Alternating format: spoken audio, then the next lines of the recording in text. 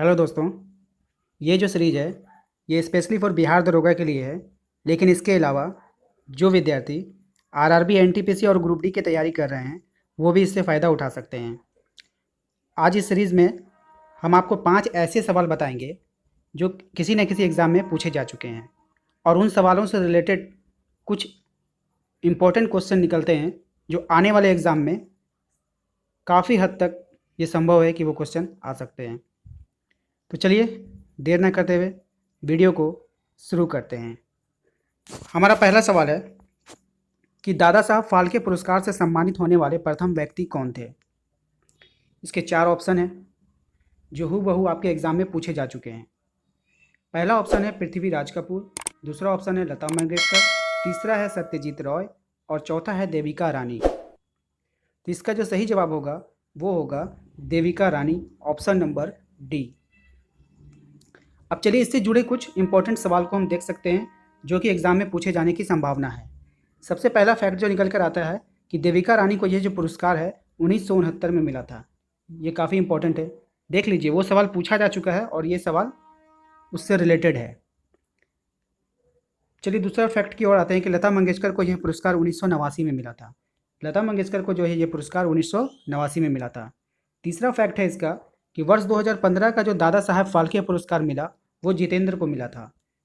ठीक है, वो जितेंद्र को मिला था। और चौथा फैक्ट है इसका कि वर्ष 2020 का जो दादा साहब फाल्के पुरस्कार मिला वो ऋतिक रोशन को मिला था। ठीक है, चलिए नेक्स्ट सवाल की ओर चलते हैं। हमारा अगला सवाल है कि किस अभयारण्य को पूर्व में भरतपुर पक्षी अभयारण्य के रूप में जाना जाता है। तो इसके 4 ऑप्शन हैं समसपुर पक्षी अभयारण्य, मायानी पक्षी अभयारण्य, सलीम अली पक्षी अभयारण्य और केवलादेव पक्षी अभयारण्य। तो इसका जो सही जवाब होगा ये ऑप्शन नंबर डी होगा, केवलादेव राष्ट्रीय उद्यान। ठीक है, इसका ऑप्शन होगा केवलादेव राष्ट्रीय उद्यान। चलिए हमारा तीसरा सवाल है कि मंगलयान कहाँ से लॉन्च किया गया था। चेन्नई से, श्रीहरिकोटा से, ट्रॉम्बे से या गोपालपुर से।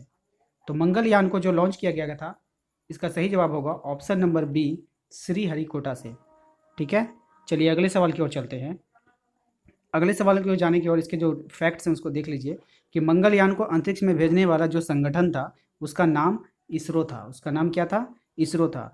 दूसरा फैक्ट है कि श्रीहरिकोटा आंध्र प्रदेश में है। कहाँ है? आंध्र प्रदेश में। ये भी सवाल बार बार पूछा जाता है।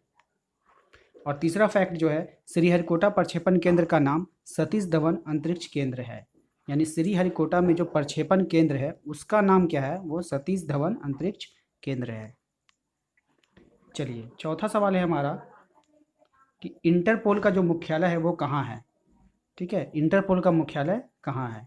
पेरिस में है, लंदन में है, लियोन्स में है या ब्रुसेल्स में है। तो इसका सही जवाब होगा ऑप्शन नंबर सी, लियोन्स।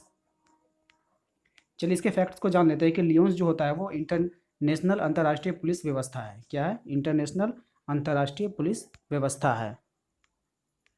हमारा पांचवा सवाल है कि कुंचिकल जलप्रपात कहाँ है।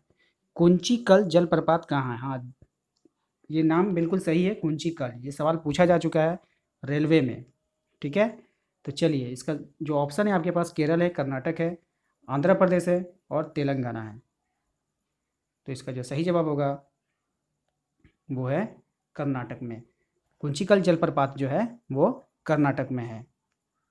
चलिए इसके और कुछ फैक्ट्स हम देख लेते हैं कि एंजल जलप्रपात जो है वो वेनेजुएला में कैरो नदी पर है। कहाँ है? कैरो नदी पर है। अभी तक आप पढ़ रहे थे कि एंजल जलप्रपात वेनेजुएला में है, लेकिन कहाँ पे है? कैरो नदी पर है। दूसरा जो हमारा फैक्ट्स है वो नियाग्रा जलप्रपात कनाडा में है और यूएसए की सीमा पर है। कनाडा और यूएसए की सीमा पर है, इसे आप ध्यान में रखेंगे। तीसरा जो हमारा फैक्ट्स है वो है डेल ला।